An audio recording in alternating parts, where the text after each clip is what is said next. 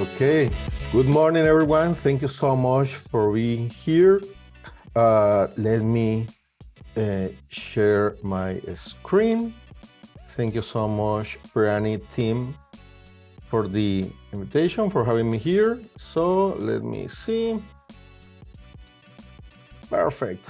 I hope you can see my screen. Good. Perfect. Today, we are going to talk about cybersecurity and ISO 27001 and how we can connect both concepts and protect information and protect the intellectual property in our companies in today's moments, because right now we have so many risks, so many threats against our organizations, our people, etc.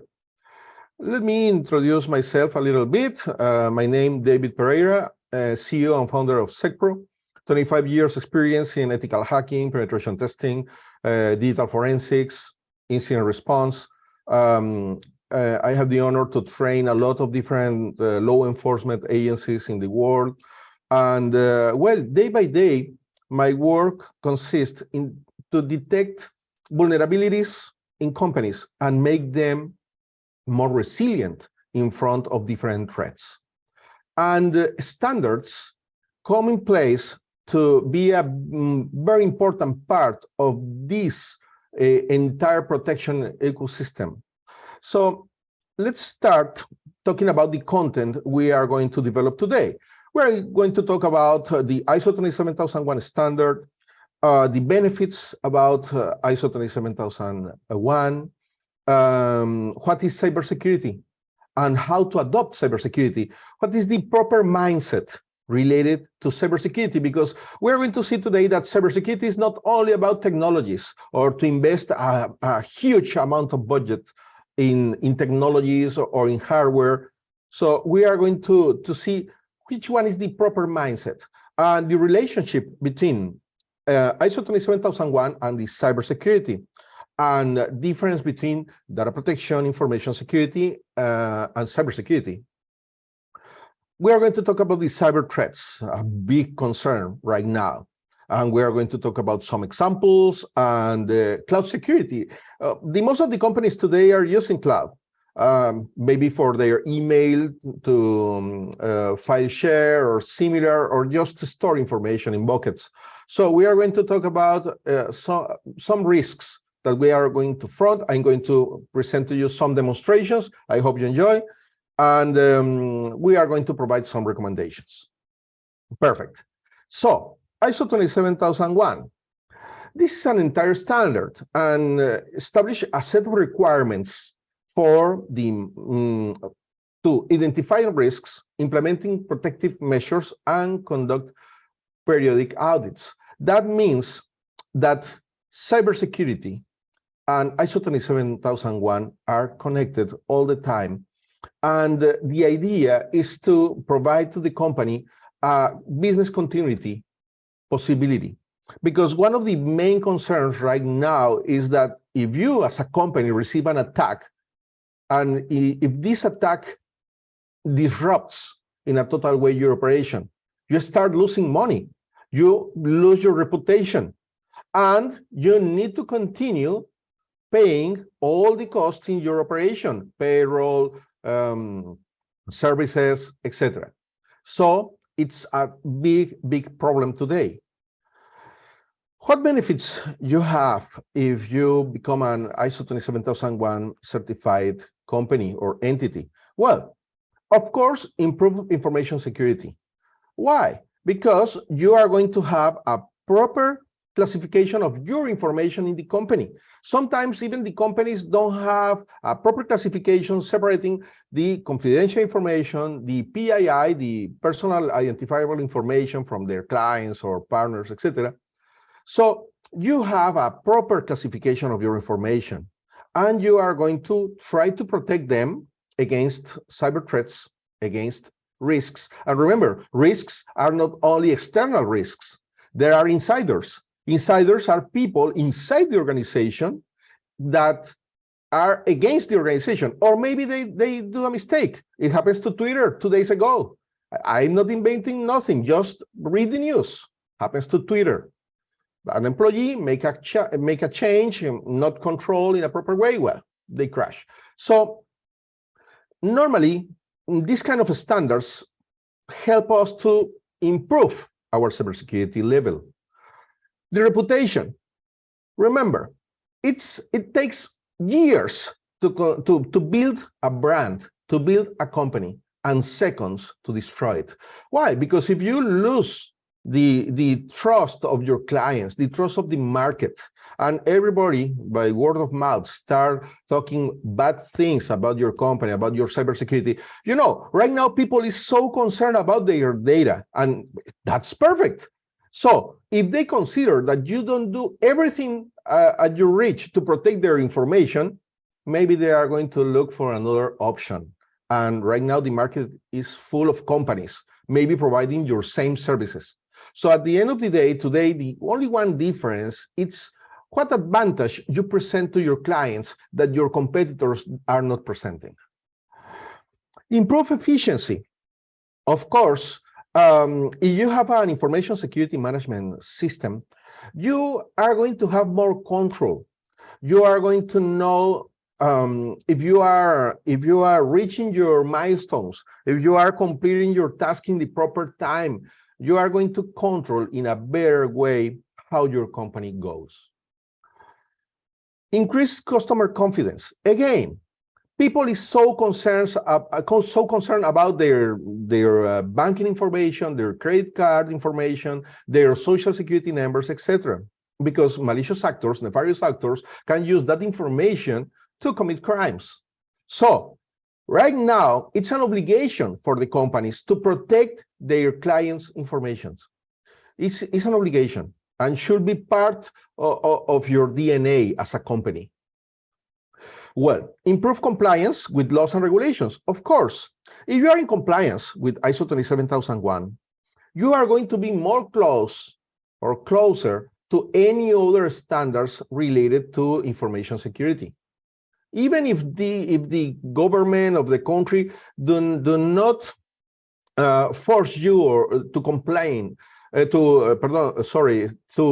be in compliance to ISO 27001 or another standard, if you are in compliance with ISO 27001, you are closer to any other information security standard. Well, what is cybersecurity? Cybersecurity is the protection of computer systems and, of course, the information contained inside those resources. And one important part here is that companies normally don't even know their assets inventory. Sometimes you ask for a company or you ask them, okay, do you have a list of assets, information assets, I mean? I'm talking about not only hardware, I'm not talking about servers, stations, no, I'm talking about software and information contained in each one of the devices inside the company. So most of the companies do not have an up-to-date inventory about their assets. So cybersecurity tries to protect all of these information assets ecosystem and try to have a better privacy, provide continuity, provide more resilience in front of a potential attack or a potential threat. So how to adopt cybersecurity?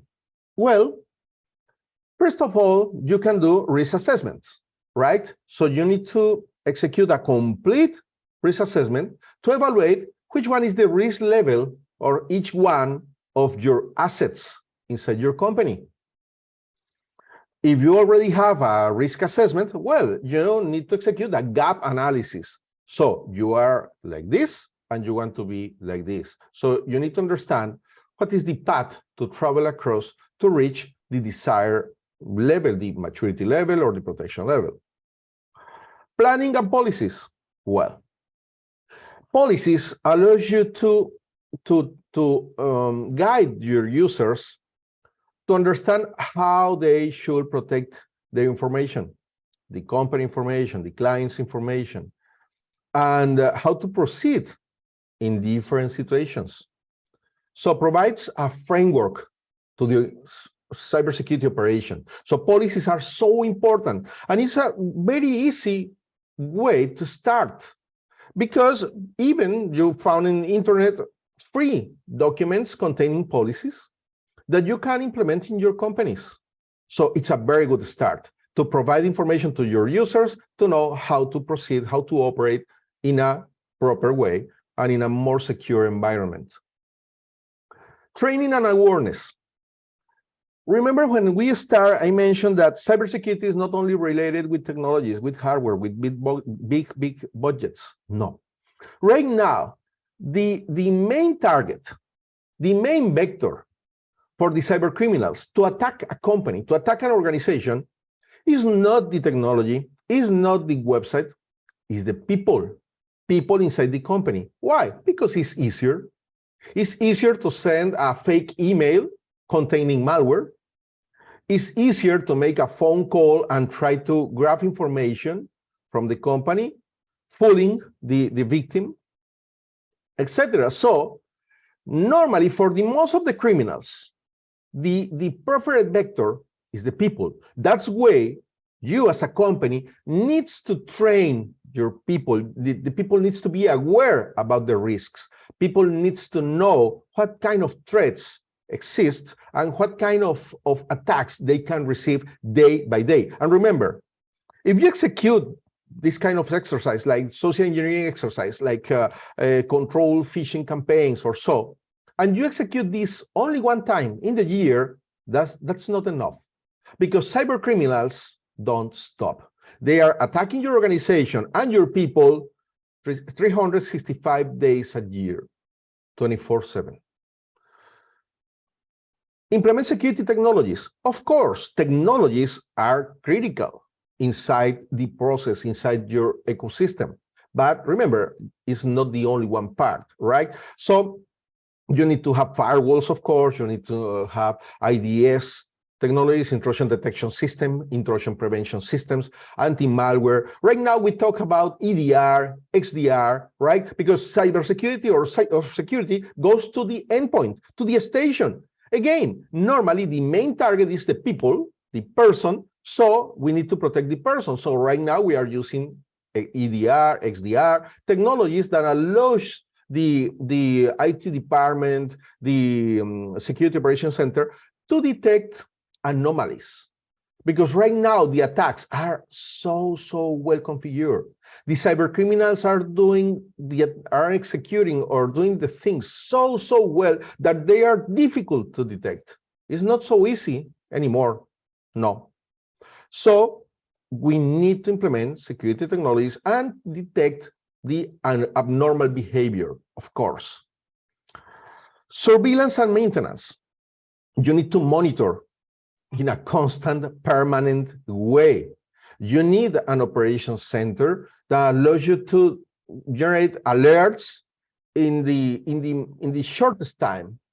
If they detect some kind of abnormal behavior, they need to raise an alert, trigger an alarm, saying, hey, something weird is happening here.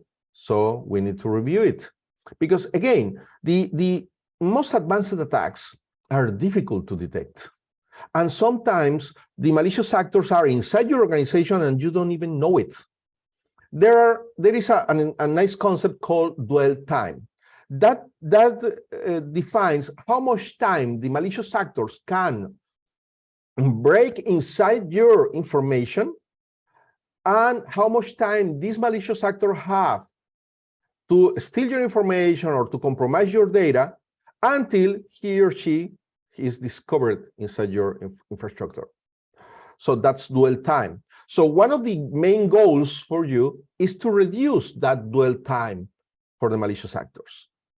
And of course, a standard like ISO 27001 is not the entire solution, but helps a lot because it puts you inside a framework that makes a more robust system, a more resilient system.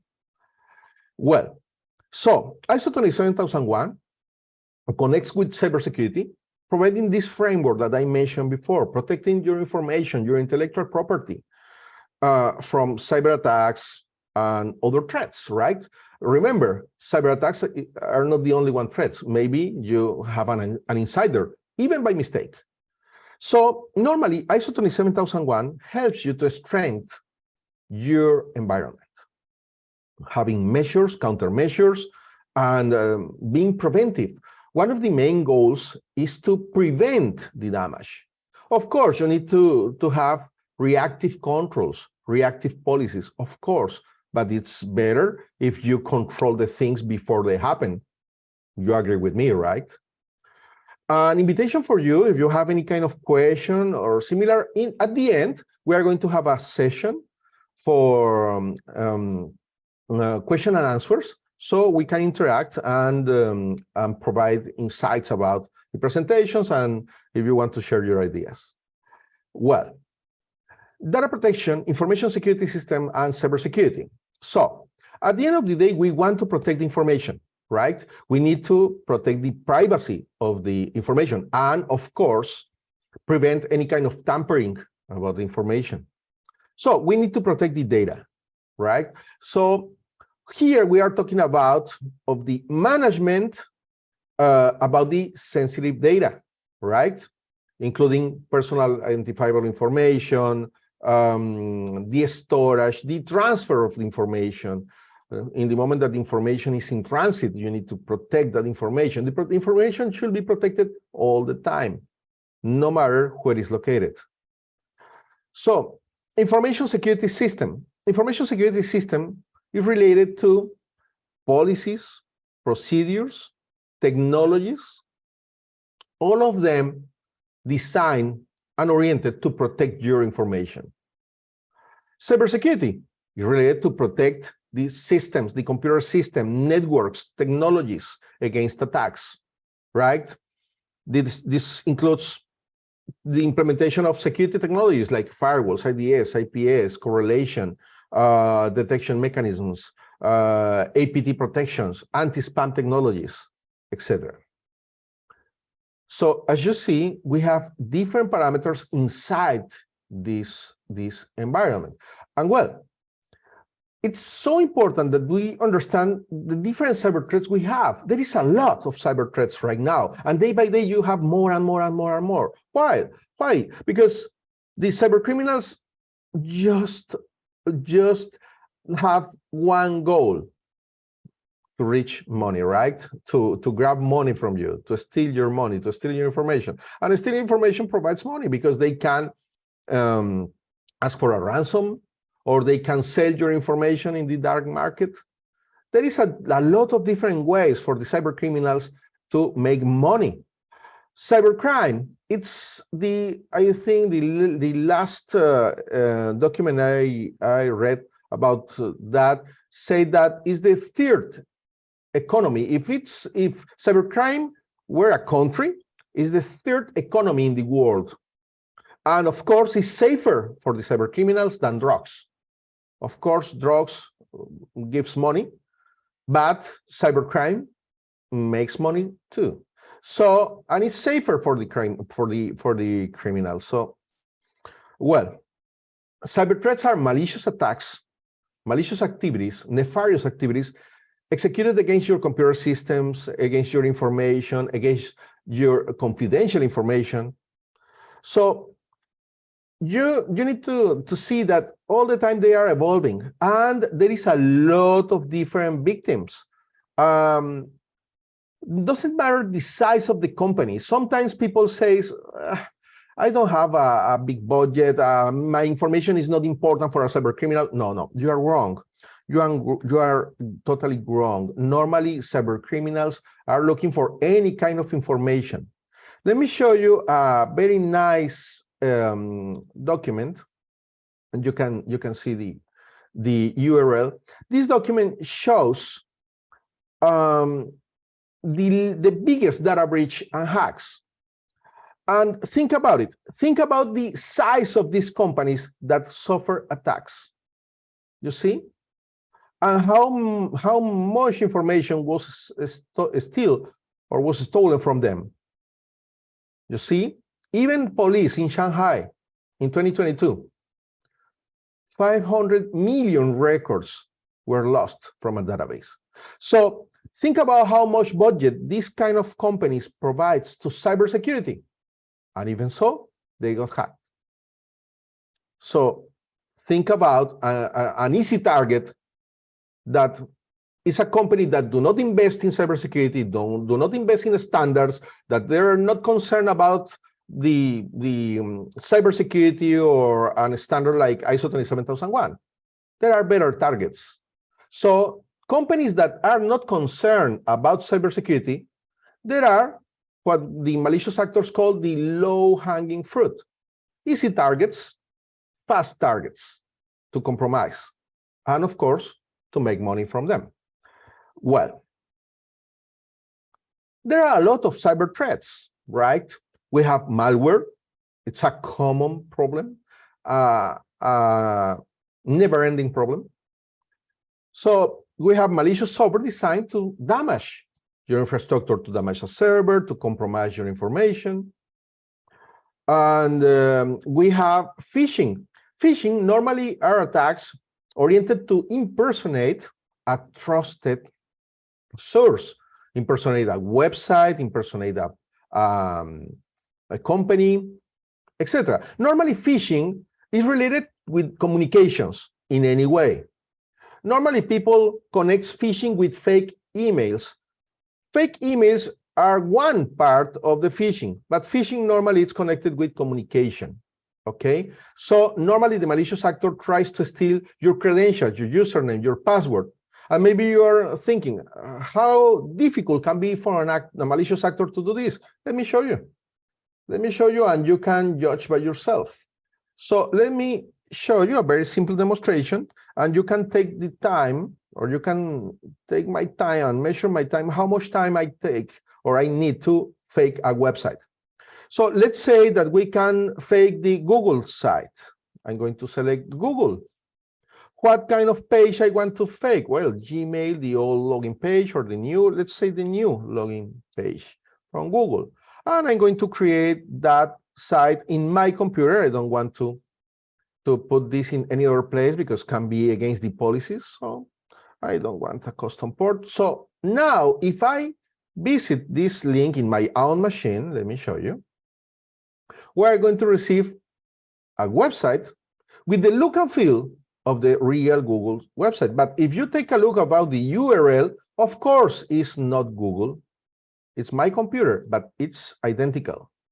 And if I send an email to a victim saying, hey, we need to update your password because somebody tries to steal your information, and by security, we protect your account, so please authenticate again or log in again with your credentials in the website. So this person clicks in the link, goes to a website like this one, and they can put something like here. I can say David.Pereira at, let's say, Pirani.com, let's say, and my password, a password that nobody uses ever, let's say Florida 2023, right? Sign in. And one interesting thing is, look, now we were redirected to the real Google website. So what happened, or what are you thinking if you put your username, put your password, you hit enter, and you are redirected to this website, account recovery? You think, okay, maybe I made a mistake writing my password. So you provide your credentials again, and you are going to log because this is the real Google website. But what happened in real? Well, the malicious actor captured your information, David Pereira at Pirani, Florida 2023. You see? That's the risk.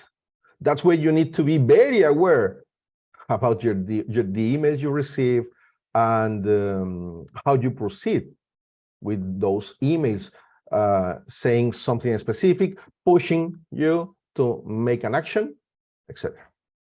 Ransomware, one of the biggest concerns right now for the companies, because, well, ransomware is a specific type of malware that encrypts your information, and then the malicious actors ask for a ransom, ask for money. And it's so fast the way you got infected. Let me show you a ransomware activities. Let me show you this machine, normal machine, and let's say that the victim receives an email and makes an error, makes a mistake, open a file. Let's say bank statement. I receive this file inside an email, and I open this bank statement. Look, now my computer is full of different files, and now my information is not usable. I have previously some image here. I can't access those images anymore. Look, here we have another image that we have previously. Not anymore. No, I can't access. Now it says your important files are encrypted. If you see your information, you can pay us. Well, they are asking for $300 now. They are asking for $300 so I can recover my information. The worst thing here is that a lot of companies and a lot of different entities, even government, pays the ransom. And it's not a good message for the cyber criminals, because you are saying, if you encrypt my information and I need it, I'm going to pay. Let me show you one interesting case. Colonial Pipe ransom amount. If I remember properly, look, $4.4 million they paid to recover the information. It's a lot of money. So this is a real problem. And you just need to go to Google and say ransomware, and look in the news. You just need to take a look about the news. And I promise you, look, 19 hours ago, Barcelona hospital, look with ransomware, dominant, blah, blah, blah, blah, blah. Oakland ransomware hackers, blah, blah, blah, blah, blah. You see how many attacks in the world at the same time? How many companies that are losing their information or thinking about to pay the ransomware, the ransom, sorry. Well, DDoS attack, another type of attack.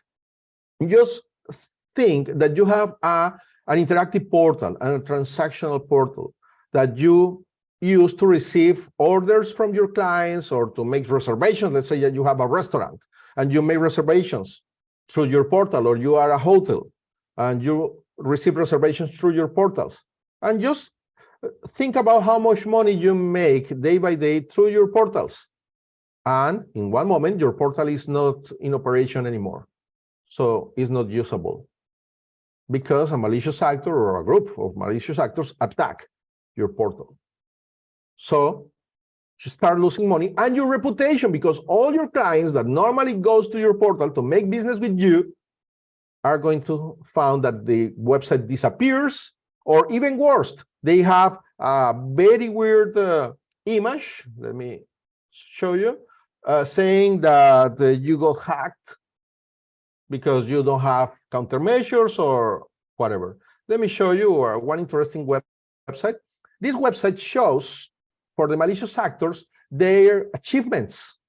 Let me solve the CAPTCHA.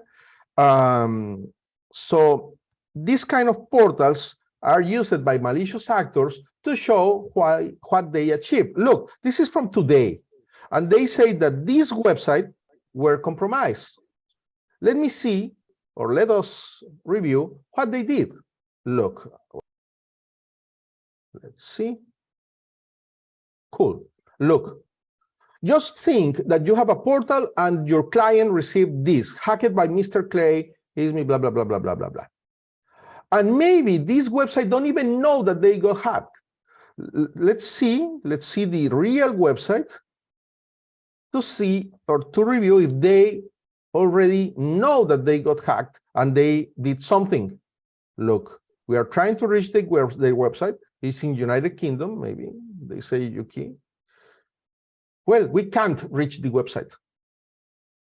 They got hacked, and now we can't reach their website. That's a denial of service. We can try to reach their portal. Look, Look, now this is a defacement. It's not a denial of service. The malicious actor modified their look and feel. And just think about your clients reaching your portal and receiving something like this. You see? Well, exploits.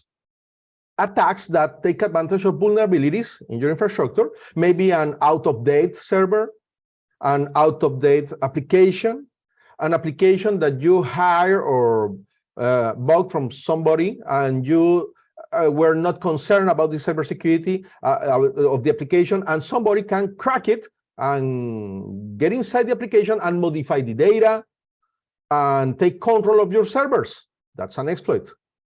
A specific part of software or code that allows a malicious actor or a person to grab control or execute commands in the infrastructure that is vulnerable.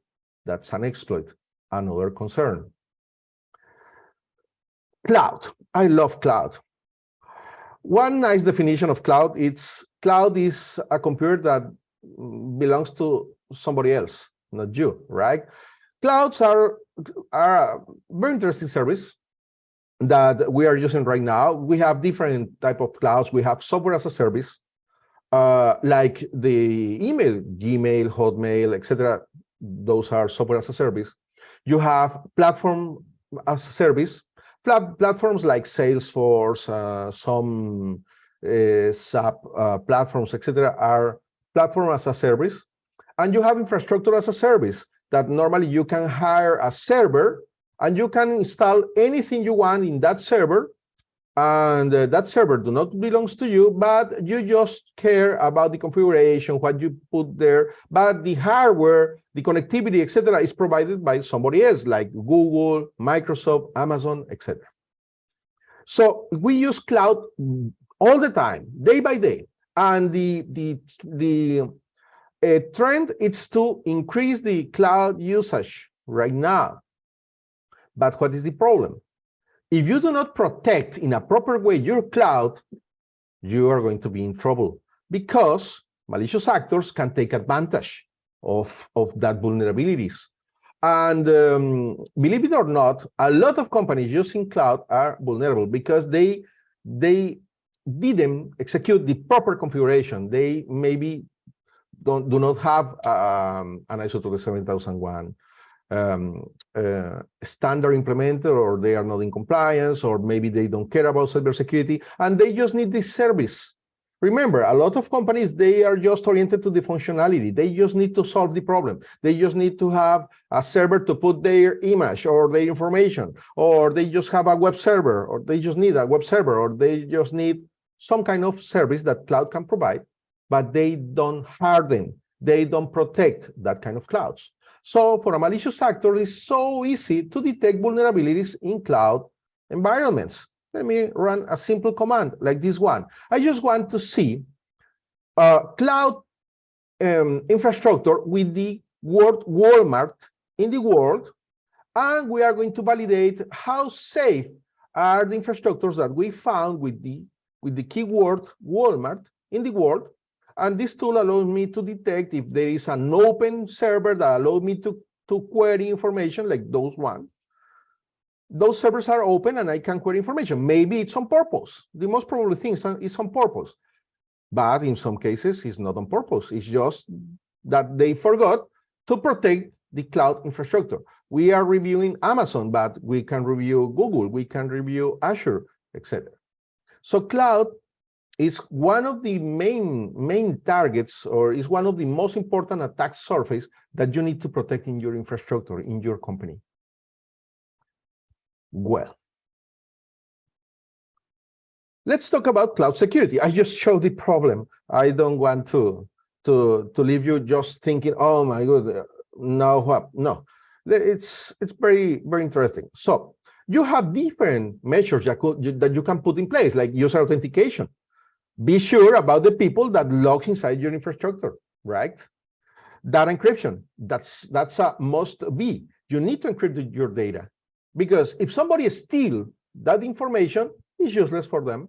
They can't understand the information. So please encrypt everything that you can.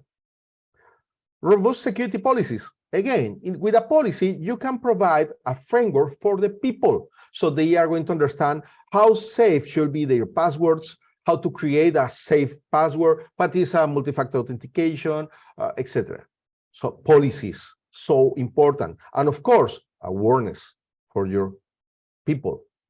Continuous monitoring of activity. You need a security operations center that 24/7 are reviewing what is going on, protecting your infrastructure, detecting malicious activities, and, well, giving you alerts so you can react in a proper way. Regular backups. How many companies fail here? And they just discovered that they failed in the worst moment when they need the backup. They are going to review and, oh my goodness, 3 months ago were the last backup that we did in proper way. So right now we lose at least 3 months of operation that you can recover. Maybe you have physical documents and you need to transcript everything again, but how much money can cost, right? How much money you're going to lose in that time. Access control. Again, you need to have the proper information about who is access or who have the access or the permissions to reach your information. This is so critical. Incident management. Nobody is safe. So something bad can happen. Well, if something bad happens to us, how we are going to proceed, how we are going to solve the problem, how resilient we are. I mentioned the resilient word so many times, I didn't explain. Resilient is a term that we took from psychology that is related to the capability of a person to continue in a normal way after a critical event or a critical incident in his or her life, like the loss of a beloved one or a crisis, etc. So we use the same word in our cybersecurity area to talk about how much time can takes to you, or how much effort can takes to you to return to the normal operation after receive an attack. Well, some recommendations: identify your assets and assess information, identify your risks, identify your assets, and identify, of course, the risk of each one of your assets. This is so important. That's a very good starting step. Develop an information security policy. Again, it's not so difficult. There is a lot of resources in internet. If you need me to share with you some resources, just provide a question about it, and I can give you a couple of links so you can download at least templates, policy templates that you can put in place in your companies, just in case you don't have. Implement technical and organization security measures.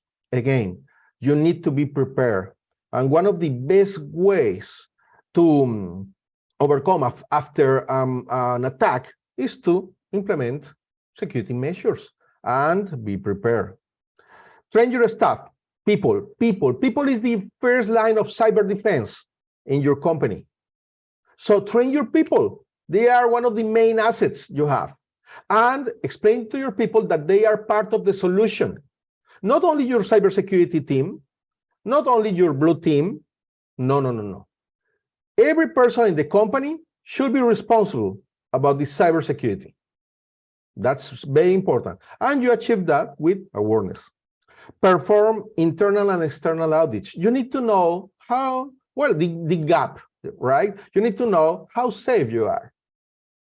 If you are in compliance or not, right? If you are protecting information in the proper way or not. You need to know it. And the only one way is with audits.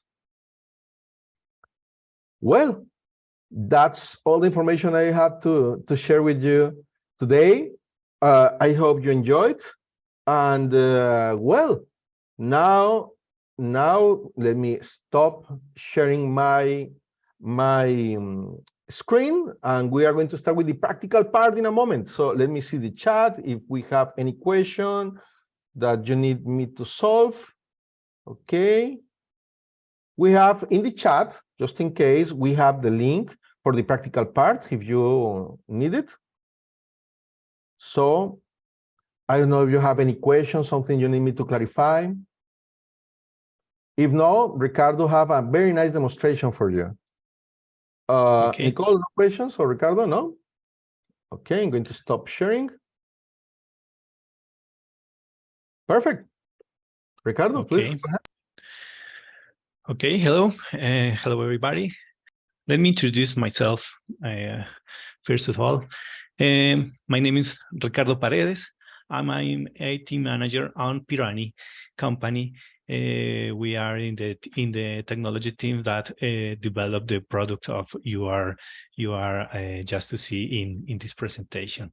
I am software engineer with more than 20 years of experience in software development, software architecture, cloud architecture, and construction of service for companies of any kind. Principally, I worked for financial companies in Colombia. Right. This is a lot. This is a piece of work from my part. I am the lead of technology in Pirani, and I work on this presentation for a little case on this topic, or ISO 27271 and ISO 272. Right. So let me show you my. Okay. I just want to talk to you guys about ISO 272. This is a complementary in the complementary to 27.1 is just David talked to us, right, about the information security, cybersecurity, and privacy protection. This is the next one for this regularity from ISO. Is talk about information security controls, right? In the last update of ISO 27002, we have some updates, some new controls, some new merge of or remove some controls in this last update. The main change in the ISO 27002 is the aggregate of these controls in 4 domains, right? What is domains? Organization controls, people controls, physical controls, and technological controls. There's a few of example of this control. There's many controls in the specification of ISO, but I want to bring to you guys some examples, some controls that we found in the specification. For example, organization controls, right? Policies for information security roles and responsibility. David just talking about information security for use of cloud services. And people controls, we have, for example, terms and conditions for employment, disciplinary process, confidentiality or non-disclosure agreements, remotely working, right? And another, for example, technological controls, we can find information backup, secure development lifecycle, protection against malware, and data leakage prevention, information deletion. Right? This is a few examples of the controls of the ISO 27002 promotes for the companies and any organization, right? But we talk about recently is the most popular way of working in many organizations, right? I want to talk about remote work. In this case, this is the control 6.7 in the ISO 27002, and this is the for in 2020 about the pandemic in worldwide. This is becoming in a way work very popular in many organizations. Why? About remote working. But remote working has many risks in many ways for any company. What those are risks in remote working? access control, hacking, malware attacks, unauthorized access, yeah, loss of physical security, suspicious activity, access and safety in the company, information of the public internet, or data protection, right? Why this is so important? In the past, when all of us working in an office with physical security, when another stuff that we can, it can protect about any threats in remote working, we are exposed to other risks, to other scenarios that where we are affected by very vulnerabilities in this case, right? So what is the control of ISO 27002 about remote working? This is the purpose. Okay, the main purpose is this. The purpose is ensure that personnel working remote have adequate access controls in place to protect the confidentiality, integrity, and availability of information assets. Right. This is the purpose of control in this field of remote work. Right. So we will practice on Pirani application. What we can start to register this scenario. Right. This scenario we can we will to practice in three topics important in the tool. Recently, David says, identify information assets, right? And we are associated with information asset with the two elements important in the risk management of our information asset.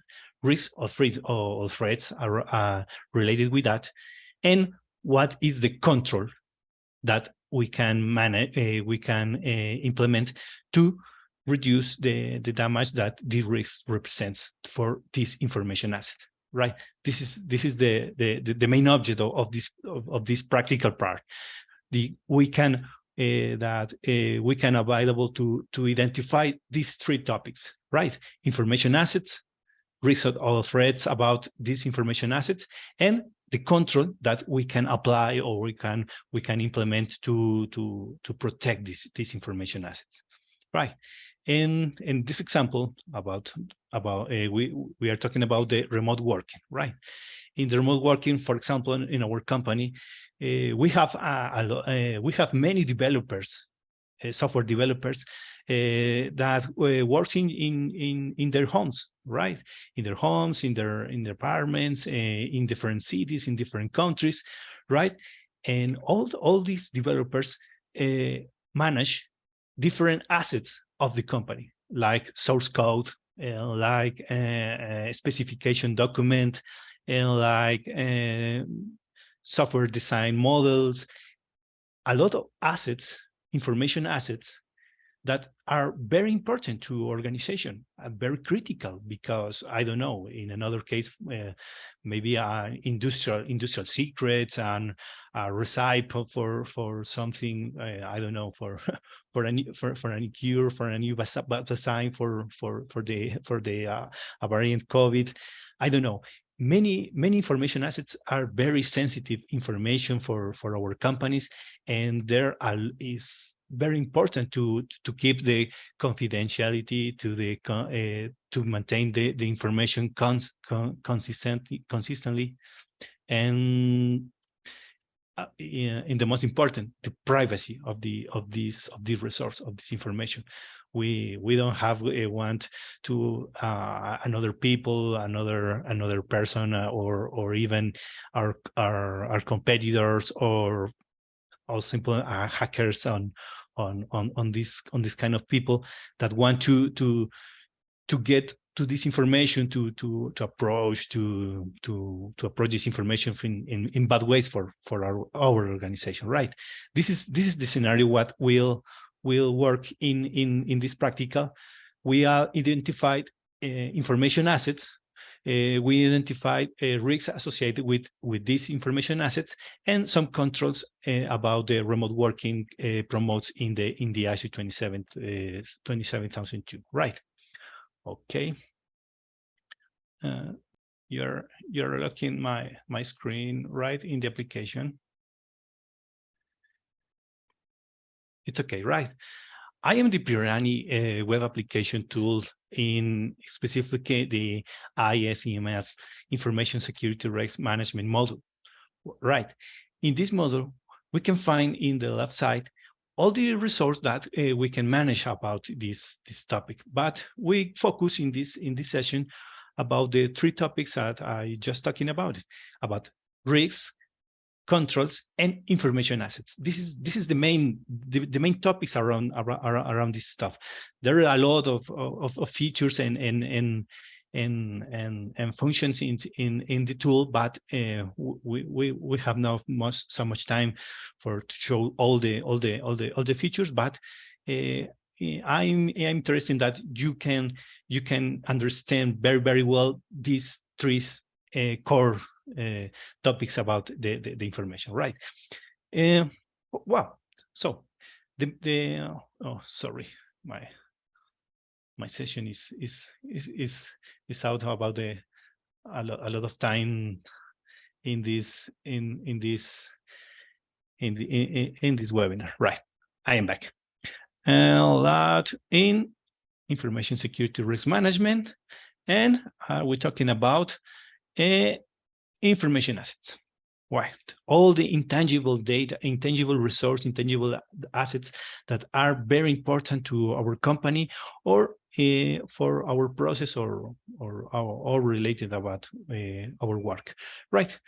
So move this thing to that, and we creating in some example of this asset. In the example, we are talking about the software developers and the resource that the developers manage for our company and in a product or in our systems in our companies, right? For example, where the main asset is the source code.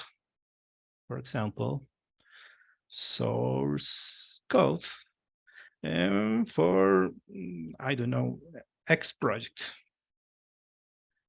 Yeah, right. This is the part of we are identifying this asset, right? Source code for X project is intangible resource that is very important for my company, right?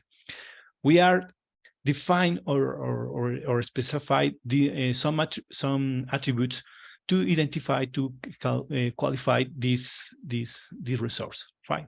The qualification is what is the confidentiality about this resource. So the source code for my project is very high. For example, the integrity is high. We don't have any corrupted about this resource, right? And availability will be medium, for example, for this in a developed is in a developed stage or a prototype, for example, right? And type of asset, right? This is software, for example. We can add some description.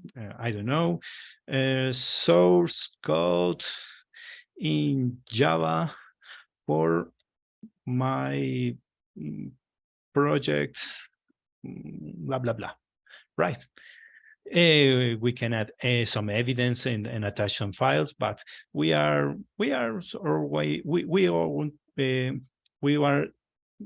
some another attributes, because previously in the setup in my project, I set up some custom fields that we need to register this asset. For example, a city, a office, right?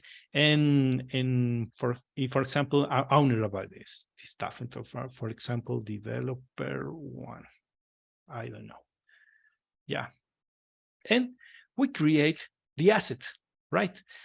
Remember, we need to work about the asset, about the associated with the arrays, and the associated control about this asset. Ready. This source code, we can review again the information that we are working on that. This is the source code of this is my main asset, right? So we are identifying some risk related with that. Yeah. Last just David says, for example, the main race for example, for a source code is, I don't know, remember our case, we are in a scenario where remote work. In remote work, for example, is probably that my developer lose the laptop, leave the laptop in the street in some mall, and lost information about this resource, for example. Yeah, and so for this risk is lose, I don't know, is lose laptop with source code copy, for example.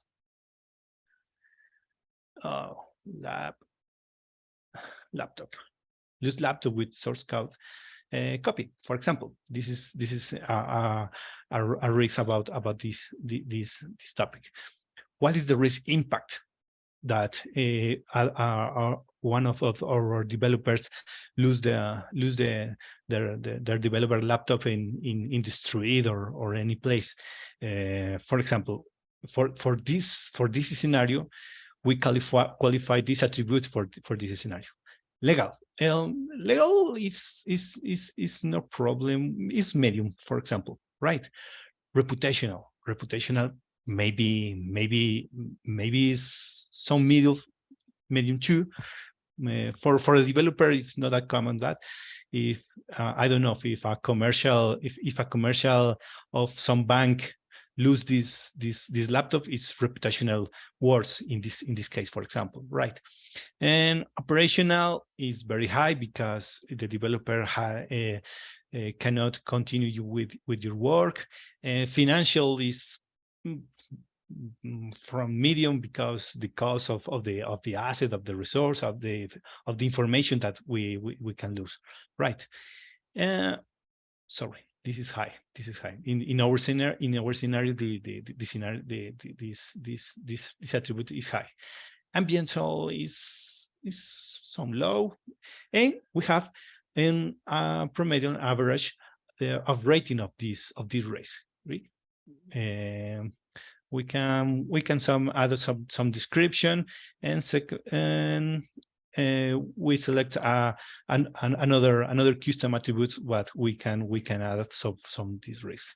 Yes, but oh, this is important. What is the probability that risk will materialize? Well, the probability is, for example, I don't know, in this example, very developers wanted to work in, I don't know, in coffee internet coffees, on malls, on co-working spaces.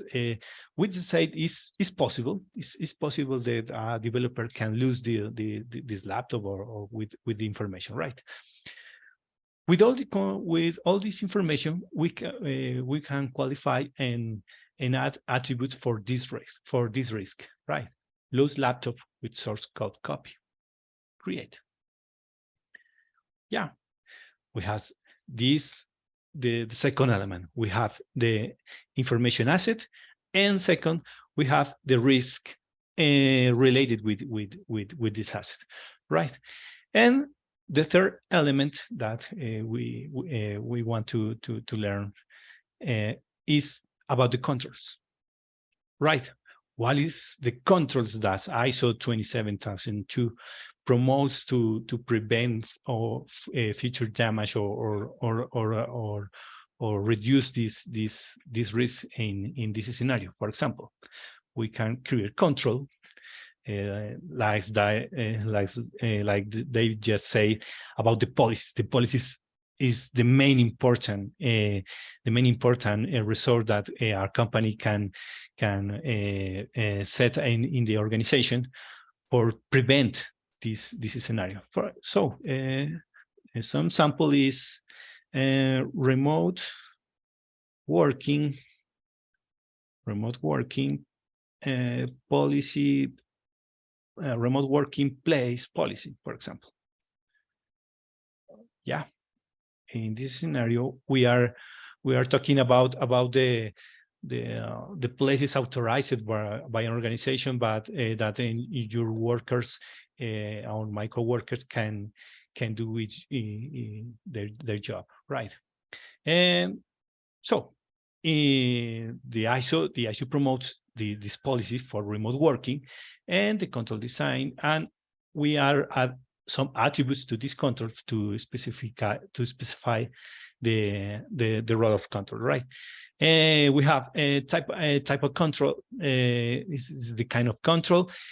There are three types, right? Preventive, detective, and correctiveness, right?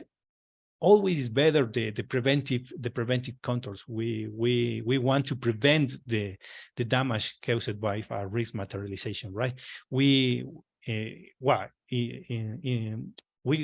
have two controls about correctiveness, about report some issue about this, but always is preferred the preventive controls. These preventive controls have more percenter, more best qualification in our risk management system, right?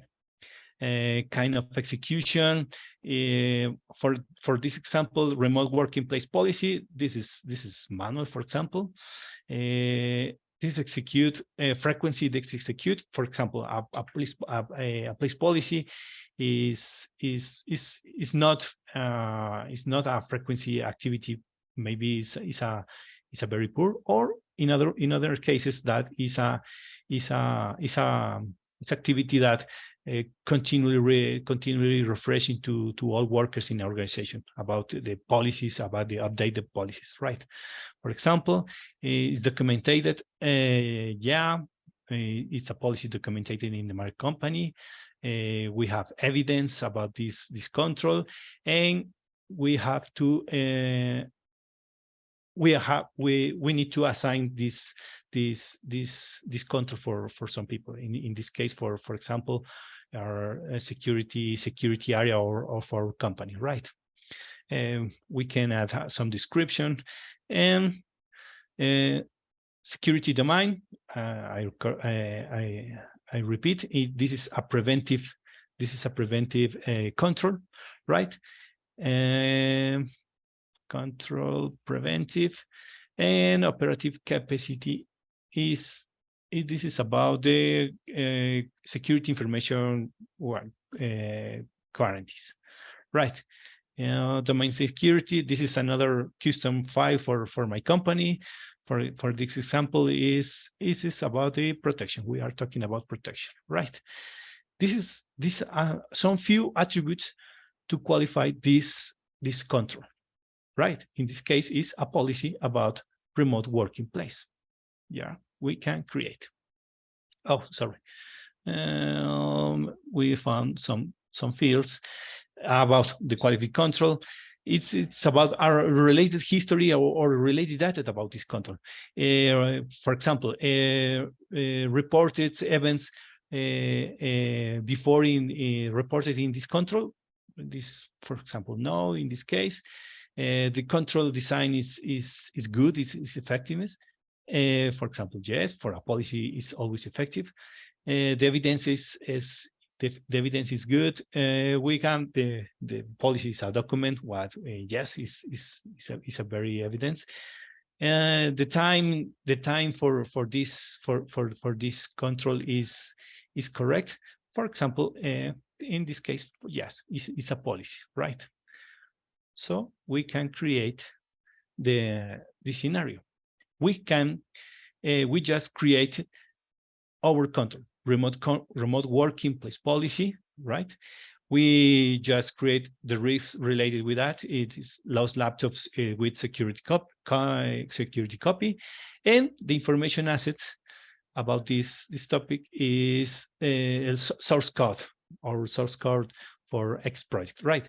We need to relate it with that. We need to create a relationship in these three topics. For example, we can reopen our information asset. Yeah, we can review in the more, and in the left side we can find the other resource that we can relate this issue, right? For example, source code for X project, we need to associate with some risk. What the risk is, we recently created loose laptop with source code copy. That with this the risk what just created for this example. Then with this associate is created with this topic. This icon indicate we have related with that. So if we review another time the asset and view more and risk, we can find that the relationship we created. Hey, we related the information asset with this risk, right? Lost laptop with source code copy, and it's correct. This is correct. And another relationship. It's about is in the control, right? The control that we just created, remote working place policy. For example, we can edit the policy, we can edit the control, yeah, and associate with risks and assets. In the same way, in the same experience, we can just find the risk. This is the risk, lose laptop source code, and we relate it and save the change, right? So easy. We can see the risk associate, and we can note the assets associate. Remember, with the same experience, we look for the asset, information asset that in this case is source code for X project, and associate it and save change. It's so easy to represent and register their information, but because the main activity that we have to execute about the risk management is identify all these resources, right? There it's many another assets, another risks, another controls that we can apply in this example. I don't know. For example, we just talking about the lows in the risk, lose laptop with source code copy, but very many risks related with that this information asset. For example, I don't know, in the David's example about the ransomware, I don't know, my developer's laptop is encrypted by a hacker, for example. Oh, for these risks, there are another controls, right? For example, reported to a security agent in my company. This is a reactivity activity, or prevent with, for example, campaigns about to learn what risk in the mail, in the open mail, or strange mail in our inbox, for example, right? This is a recurrent activity that we can learn, we can execute in the tool, right? Register and identifying all the risks, all the controls, and all the information assets with in each case of our company. Only in software development, we manage different information assets. For not only source code, right? I just talking about software design documents, client requirement documents, client data for some process, right? There are many assets, information assets that are sensitive for us. In this example, we just work with one. We show you this simple association into risks, controls, and information assets. But this is the start activities with related with this process of risk management, right? I don't know. it's clear for you. It's any questions about this, or I don't know, Nicole. We are open the questions for all the guys. Ricardo, I think there is a couple of questions. There is a question, very interesting question. It says, okay, can give us an example of a large company that has suffered from a ransomware attack and how they were able to overcome this incident? Well, I can provide a lot. If you allow me to share my screen, I'm going to use this one. Can be. Let me share this one. I hope you can see it. Well, Mohammed, it's a very interesting question. There is a lot of companies. As I mentioned before, you can just go to Google, look for the news, and you are going to see, if you say big ransomware attacks or similar, you are going to find a lot. Here we have some of the more mediatical attacks that we had, and some critical. Look, the foreigners from San Francisco in 2022 received a big ransomware attack. But it's more interesting if we talk about Glen County. They received a ransomware attack and they paid $400,000 to recover the information, June 2022. So the most interesting part here is how to overcome this incident. Okay, you need to have different parameters and plans. One of them, it's called business continuity plan. Business continuity plan, it's an entire group of actions that your company can follow after an incident to continue the operation, like change the data center, restore the latest backup, migrate the operations to another site, or modify your ISP connections, that kind of things. So you need to have a business continuity plan, BCP. You can look for that. It's called BCP, business continuity plan. So you are going to see each one of the steps, like the analysis, the solution design, all the implementation, etc. And this, it's a dynamic activity. It's not a static that you made one day and then 5 years later, you're still with the same business continuity plan. Your business continuity plan needs to be alive, needs to be dynamic and be up to date according with the different threats. Another option you have in a more small or in a smaller way, it's something called incident management. Because business continuity plan is like the big umbrella. And incident management, it's each one of the actions you follow to achieve the big picture that is the business continuity plan. So in incident management, you follow a step-by-step guide to recover your operation. Like, okay, we need to reinstall the operating system. We need to restart the Windows. After that, we install this application. After that, we restore this database, etc., etc., etc. That's incident management. But to create the business continuity plan and the incident management, my recommendation is to create a business impact analysis. It's called BIA, business impact analysis. Let me write it properly.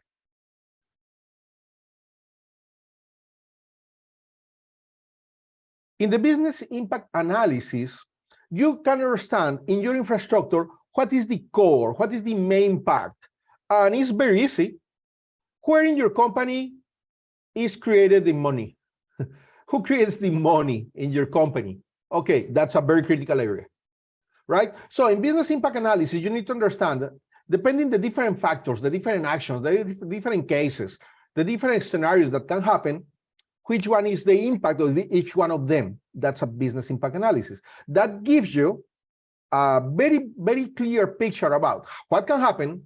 Then you can create your incident response in small, and then you create your business continuity plan. There is an additional part that is called disaster recovery. Disaster recovery are like the emergency actions, like the RCP for your servers, for your information. Disaster recovery allows you to create an entire guide and parameters, policies, etc., that allows you to be prepared in case you need to put in place or start with your incident management and with your business continuity plan. So we have a lot of different things here, like the backups, like the alternate sites, clouds, etc., etc. I hope you have sufficient or enough with this answer. If not, please let me know. Well, here we have another question. What strategy can be used to achieve organization culture? Well, this is so good, so good. What strategy can be used to achieve an organizational culture to involve all employees in incident reporting? By our experience, my recommendation is, okay, create an entire awareness campaign, not only a phishing control campaign or a smishing control campaign, no. You need to involve the people, and we have a lot of tools here. Trainings, demonstrative and interactive conference, like we did a moment ago, but with demonstrations. So we can take your entire company and say, okay, do you know, or do you want to see how a malicious actors create an email and extract all the information from you? Okay, I'm going to show you. Do you want to see how a malicious actor can create an attack against your passwords and succeed? Let me show you. Do you want to see how a malicious actor send you a malware and compromise your entire organization? Okay, let me show you that kind of things. Training, awareness. Normally, the old methods like put the backgrounds in your computers with a message saying, hey, change your password because it's important, blah, blah, blah. People don't even take a look of that. Or if you create mail campaigns, no, useless. People don't even open that. We normally use actors, stand-up comedy, a lot of different things to do this. If you're interested to have more information, please contact Nicole in Pirani, and we can provide more information about how to create a successful awareness campaign, an entire one, covering all the aspects. Okay, perfect. Okay, let's see. Another question. What type of organizational structure should be had for the management of information security? Is the IT area responsible for this management? Nice question. My recommendation for you is to take a look about something that it's called cybersecurity maturity model. I'm going to use one of us. I'm going to show you two resources. You can look to the cybersecurity maturity model. Sorry. This is a nice question. You can take a look about this. This was created by the Department of Energy here in the United States. They provide a lot of beautiful guide about this, how to self-evaluate yourself, etc.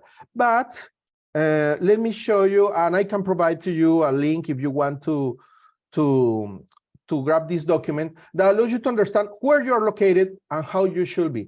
We call that cybersecurity roadmap. So you can self-diagnose where is your organization. So you are mentioned a level 1 status company, no internal IT personnel, or maybe level 2, limited cybersecurity tools, part-time IT staff, basic information security policies, and limited awareness. So how to reach level 3? Well, you have some steps like personal awareness training, IT staff cybersecurity training, etc.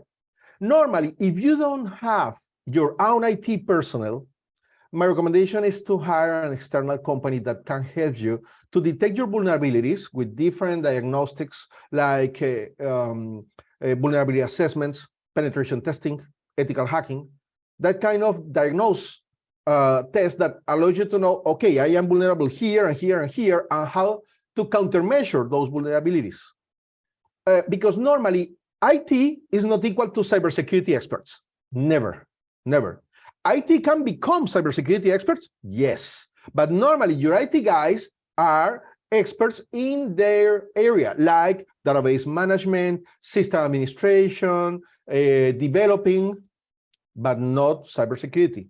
So my recommendation is, if you can't have your own cybersecurity team, normally the companies, cybersecurity companies, can provide you this kind of guide, this kind of service, and you don't need to invest so much money, because normally cybersecurity, unfortunately, is expensive for a company. So to have 1, 2, 3 cybersecurity guys inside your company can cost $600,000 a year. So normally it's more affordable if you hire an expert company to provide that kind of service. Okay, if you want this graph, I can share with you the link, no problem. Just let me know through Nicole or, well, okay, cool. Thank you so much, Eric. Thank you. Okay, Mohammed, how easy is it to integrate organization as a software portfolio? Okay, that's a Pirani question. Okay. Let's see. We'll also, okay, this is for you, Ricardo. Will ISO 27002 or 1 course help me to get job in cybersecurity? Well, I can answer, no problem. The short answer, no, not exactly. If you are an ISO 27001 or 27002 auditor, you can validate the controls, the domain controls in the norm, in the framework, but do not make you a cybersecurity expert. Makes you an expert in the specific domain controls, and you can validate them in a specific way. But cybersecurity is a big world, very different, that you need to know networks, you need to know operating system, you need to know management, you need to know, the recommendation is to know a little bit about developing, and then you need to understand how the attacks work, how the security mechanisms work, and how you can interact with them in a proper way to bypass them or to vulnerate them, to validate if a company is safe in a specific aspect or not. Well, okay, perfect. Okay, Eric, nice. Yeah, we have recordings. Perfect, that's good. That's good. Mohammed, currently has simple integration. Okay, yeah, already you have your answer. Okay, perfect. Pirani Academy, BCM, Okay, this is a Pirani. Olga already answered. Okay, I think that's it. If there is no more questions, well, so nice to be here with you. Well, Nicole, Ricardo, you let me know if there is more questions to answer. Yeah, it's no more, right? No more? Nicole? Okay, well, for me, just say thank you so much for having me, and thank you so much for all the people interacting in the chat, making questions, Mohammed, Eric, everyone. Thank you so much, and we hope you enjoy this webinar. Thanks so much, Ricardo, as well, and Nicole. And yeah, thank you, David. Thank you all. Remember the Nicole's links that in the chat, share in the chat about our Pirani Academy. Is our knowledge center about all the information that you can learn about or start learning about the risk management, about the operation risk management, and about all the things that we can offer in the tool or in our company. That right. I don't know. It's all, Nicole. I can hear you. Perfect. Oh, Nicole, sorry, everybody, Nicole. thank you. Thank you so much. Okay, this is all. Thank you, guys. And remember that we can write an email for Nicole or contact us about any question in the future about this presentation. And it's all. Thank you all. Have a great day, everyone. Thank you. See you guys. Thank you, David.